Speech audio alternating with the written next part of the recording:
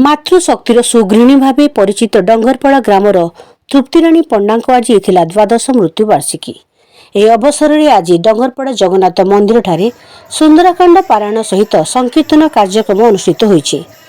भद्रार शंकरज्योति मातृसंघ पक्षर आयोजित यह पारायण कार्यक्रम में पद्मिनी पति, गोपरंजन पति, पद्मासिनी मिश्र, जली पंडा, अनुपमा महापात्र, मनोरंजन पुरोहित, रमेश झांकर, संयुक्ता पंडा, बीणापाणी पाढ़ी, सुवर्ण पति, संजीव पुरोहित, ज्योतिका मिश्र, संजू ब्रह्मचारी, सत्यनारायण बेसी, अंबरीश शर्मा प्रमुख यह पारायण करथिले। सेहीपरि संरापड़ार राधाकांत विश्वाल और माथुर विश्वाल प्रमुखों द्वारा संकीर्तन अनुष्ठित होइतिला। एही अवसर में उपस्थित समस्त भक्त और तृप्ति अनुरागी अन्न भोजन में आप्यायित करा जायथिला।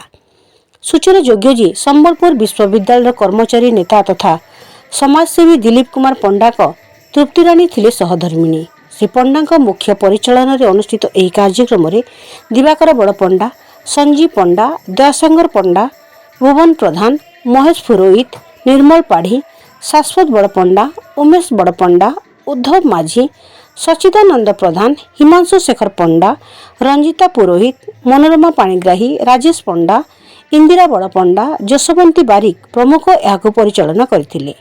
ए अभिनव कार्यक्रम को नहीं अंचल में खुशी प्रकाश पाई।